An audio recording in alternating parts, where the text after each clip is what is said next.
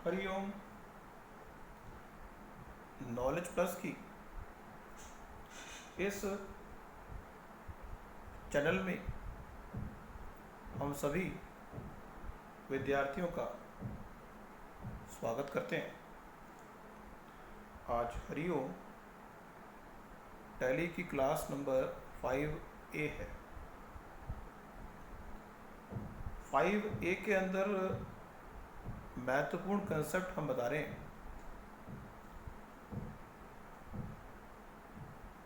इसमें हम बता रहे हैं कि 10 तरह के वोचर टैली में एंटर करने होते हैं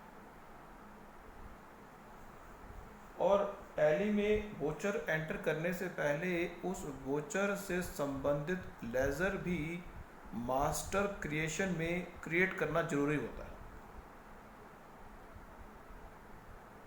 जब हम वोचर एंट्री पास करते हैं तो हमें F2 द्वारा डेट को चेंज करने की परमिशन टैली सॉफ्टवेयर देता है।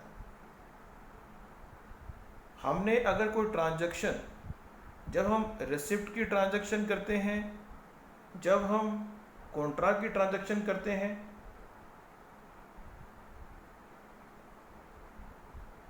तो विशेष रूप से ध्यान रखने वाली बात है कि अगर आपको अकाउंटिंग के बारे में कुछ नहीं पता, यदि आपको अकाउंटिंग के रूल्स नहीं पता, तो आप ये बात समझ लें कि कॉन्ट्रा एंट्री करते हुए क्रेडिट जो पार्टी है वो पहले होती है, रिसिप्ट करते हुए जो पार्टी क्रेडिट होती है वो पहले होती है। जिसको अकाउंटिंग के रूल्स के बारे में नहीं पता वो विशेष रूप से ध्यान रखे, जिसको पता है वो तो उस एंट्री को गलत करने के बाद ठीक भी कर लेगा, लेकिन एक अकाउंटेंट के रूप में बात का क्लैरिफाई होना जरूरी है।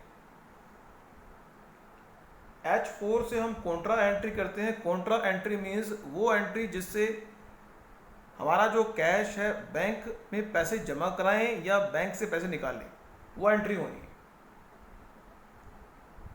और बाय डिफॉल्ट कॉन्ट्रा एंट्री करते हुए जो क्रेडिट है वो पहले आता है। मतलब अगर आपने बैंक से पैसे निकाले हैं तो कॉन्ट्रा एंट्री करते हुए पहले क्रेडिट में बैंक आएगा, क्योंकि डेबिट द रिसीवर और क्रेडिट द गिवर का फॉर्मूला ये कहता है कि debit the receiver credit the giver, तो बैंक तो गिवर है और हम लेने वाले हैं, तो गिवर को वहां पे लेना है F4 के द्वारा। मीन्स टैली में वोचर एंटर करते हुए उसके फॉर्मेट को समझना बड़ा जरूरी है। या तो उसके फॉर्मेट को समझ लो या फिर अकाउंटिंग के प्रिंसिपल समझ लो। अगर दोनों समझ लिए फिर तो कोई दिक्कत ही नहीं।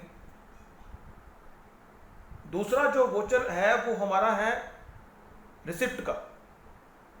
F6 से रिसिप्ट होता है और रिसिप्ट के अंदर भी जो क्रेडिट करते हैं जिससे पैसा आएगा,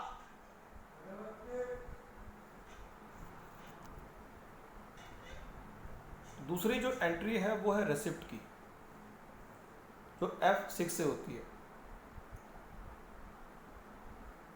उसमें भी ध्यान रखना है कि जो जिससे पैसा मिलना है वो क्रेडिट पहले होगा। उसके बाद अगर उसके बाद जो एंट्री है वो नॉर्मली हम देखते हैं कि डेबिट की पहले डेबिट आएगा बाद में क्रेडिट आएगा। सेल की एंट्री है,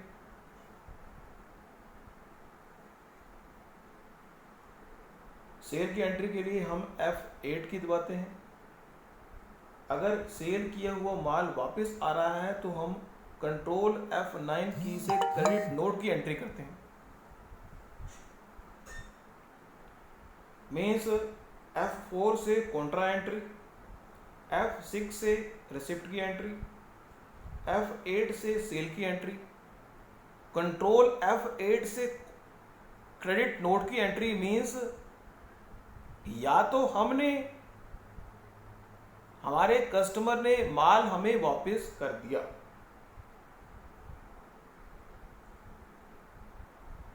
या फिर हमने कोई डिस्काउंट दे दिया। परचेज करते हुए F9 की से परचेज होगी और अगर परचेज करने के बाद हमने माल वापस कर दिया तो हम कंट्रोल F9 से डेबिट नोट की एंट्री करेंगे, या हमें डिस्काउंट मिल गया तो डेबिट नोट की एंट्री होगी।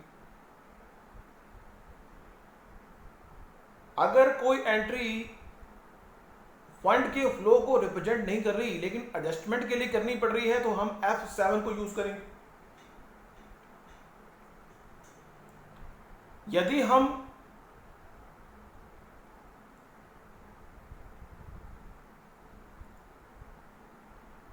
रिवर्स जर्नल एंट्री करना चाहते हैं तो हम F10 का प्रयोग करेंगे। F10 की एक ऐसी रिवर्स जर्नल एंट्री है जो स्पेसिफिक डेट में एक्टिवेट होती है। मींस अगर हमने 31 मार्च को एक जर्नल की एंट्री F7 से की तो F10 से वो एंट्री एक्टिवेट हो जाएगी एक स्पेसिफिक डेट में। हमने एंटर तो 31 मार्च को ही कर दी लेकिन वो एक्टिवेट होगी अप्रैल की 10 तारीख को जब हम डेट देंगे। अगर हम टैली में कोई एंट्री ऐसी करना चाहते हैं जो हम याददाश्त के लिए रखना चाहते हैं तो हम कंट्रोल F10 द्वारा मेमोरेंडम एंट्री भी कर सकते हैं। तो ये नो एंट्री हुई।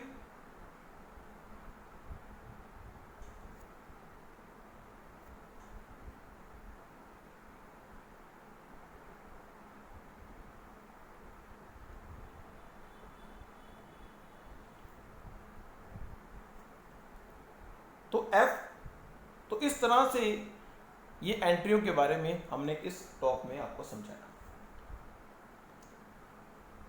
अब हमारी जो 5th बी टॉक होगी उस टॉक में हम ये बताने का प्रयास करेंगे, चलो वो तो उस टॉक में बताएंगे कि कुछ स्पेसिफिक चीज़ों को डिस्प्ले कैसे हम कर सकते हैं जो कि बड़ी इंपॉर्टेंट होती हैं टैली में। Thank you so much for listening and supporting Hari Om Knowledge Plus.